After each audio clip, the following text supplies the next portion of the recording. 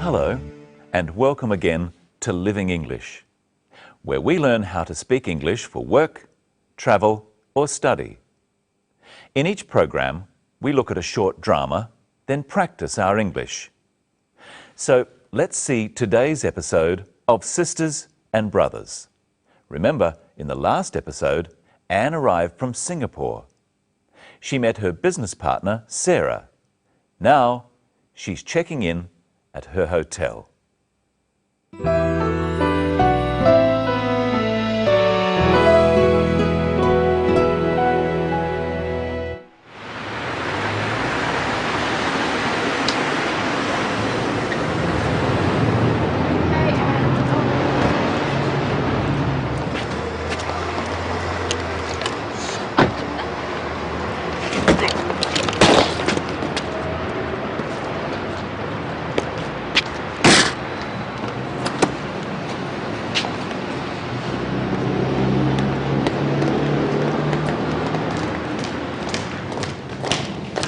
Thank you very much for picking me up. You're very welcome. You'll be all right here? Thanks, I'll be fine. And thank you, Mark, for helping with my heavy bag. Oh, don't mention it. All right then. Nice to meet you finally. I'll ring you tomorrow. Nice to meet you too. Goodbye. Good morning. Would you like to check in? Yes, please. And your name? Anne Lee? Yes. Could you just fill this out, please? How long will you be staying? 2 weeks. Are you here on business? Mainly business. Will you need a hire car? No, thank you. And will you need a map of the city? Maybe later. And will you want a newspaper in the morning? No, thank you. Okay. And how will you be paying, Ms. Lee? Credit card. Thank you. Okay. And here's your key. That's room 309. Enjoy your stay, Ms. Lee. Thank you. I hope I will.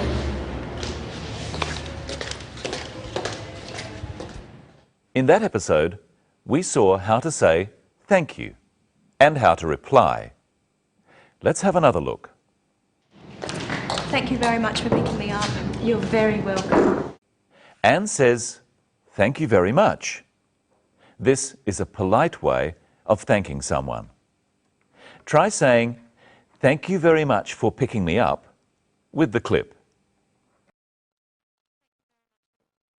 You're very welcome.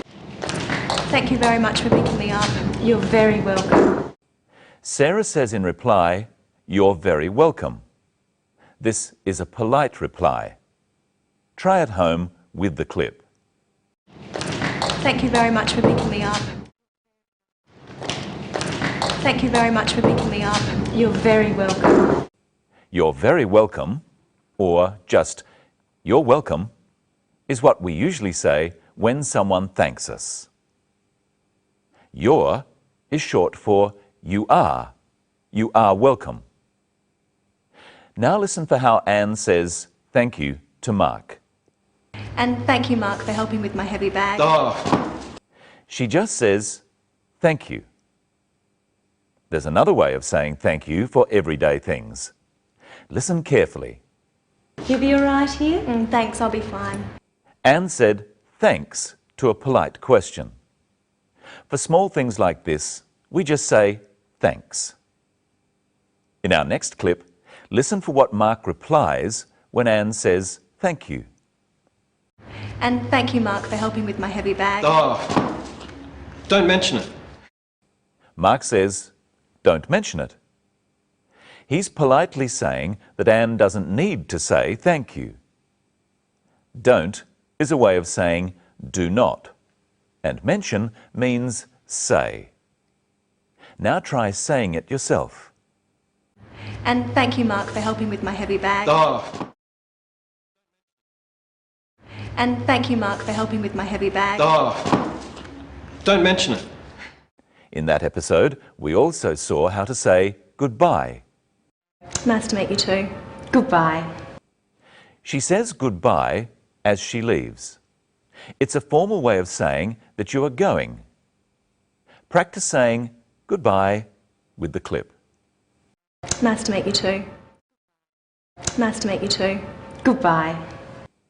When you get to know someone a little better, you can say, "See you later." Practice saying this after me. See you later. See you later. Now, let's look at how to ask questions about what you're going to do. How long will you be staying? 2 weeks. How long will you be staying? We use the word will to ask about the future. Now listen to another question that uses will to ask about the future. Listen carefully. The hotel clerk speaks very fast. And will you want a newspaper in the morning? Here's another question from the clerk. And will you need a map of the city? And here's another one. Will you need a hire car? All these questions are about what Anne will do in the future. They ask about her plans. They ask about what she intends to do or what she is going to do. For example, the question, "Will you need a hire car?" is asking about the future, about what Anne might need in the next few days. Now listen carefully in our next clip for another use of will to ask about the future. Thank you very much for picking me up. You're very welcome. You'll be all right here? Will you be all right here? Sarah wants to know how Anne will be in the next few days while she is staying at the hotel. In the next clip, see how the word will is used when you are not asking a question. And here's your key. That's room 309. Enjoy your stay, Ms. Lee. Thank you. I hope I will. Anne replies, "I hope I will," to the clerk, telling her to enjoy her stay at the hotel. She hopes that in the future she will enjoy staying at the hotel.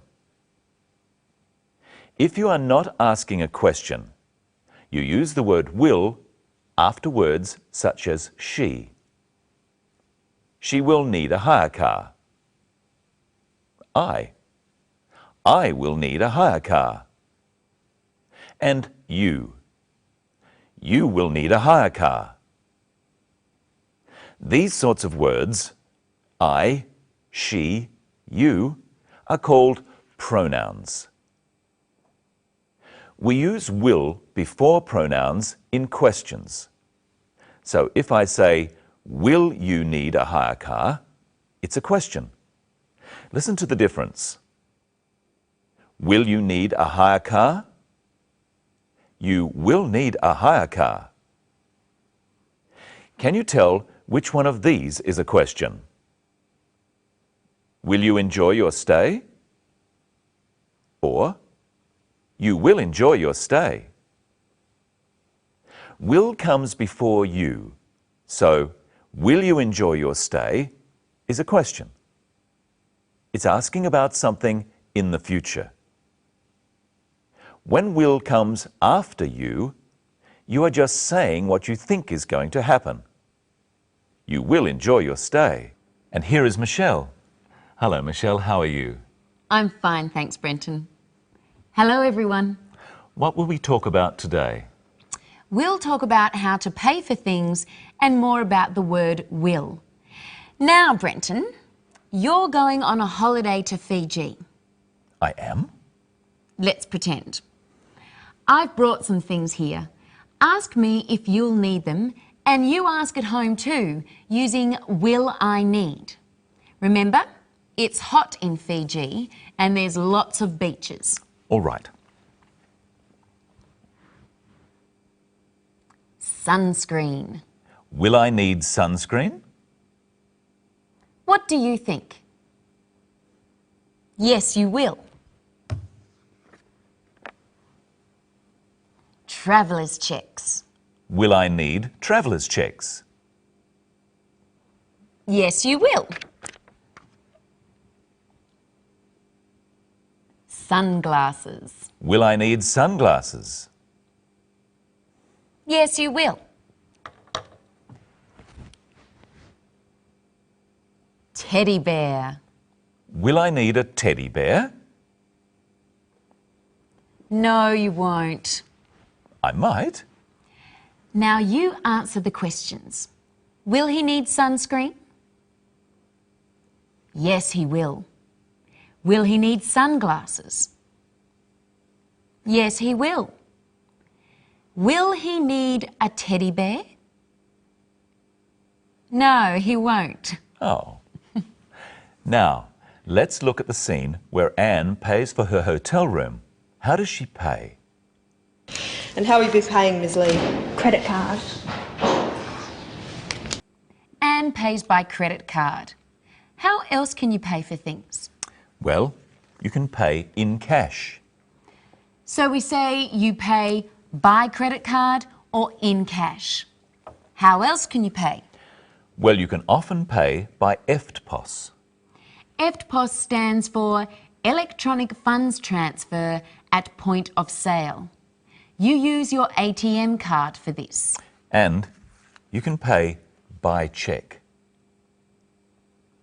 In America, it's spelled differently. So we say you can pay in cash, by credit card, by EFTPOS, or by cheque. Practice saying by credit card with the clip. And how will you be paying, Ms. Lee? And how will you be paying, Ms. Lee? Credit card. Did you hear what the clerk called Anne Lee in that clip? Listen again. And how will you be paying, Ms. Lee? Credit card. She used her formal title, Ms. Lee. What's your formal title, Brenton? My formal title is Mr. Whittle. Men are called Mr. We say Mr. before our last name. My full name is Brenton Whittle, so I'm Mr. Whittle. So the Mark Taylor in our film is Mr. Taylor. Yes. And are you Ms. Crowden? I might be. I might not be. What do you mean? Women can be called Ms., Miss or Mrs. Well, they all sound like each other. Yes, but they're different. You can only be called Miss if you're not married and Mrs. if you are married. Are you a Miss or a Mrs.?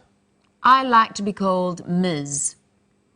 Any woman can be called Ms, just like any man can be called Mr. Practice these after me. Mr. Whittle. Mrs. Taylor. Miss Taylor. Ms. Lee. Have a go at saying Ms. Lee with the clip. And how will you be paying, Ms. Lee? Now it's time for a memory test. How are you going to pay? By credit card? By cheque? In cash? And I hope you'll watch our next program. We'll find out how to make appointments and about words to do with time. So until then, see you later.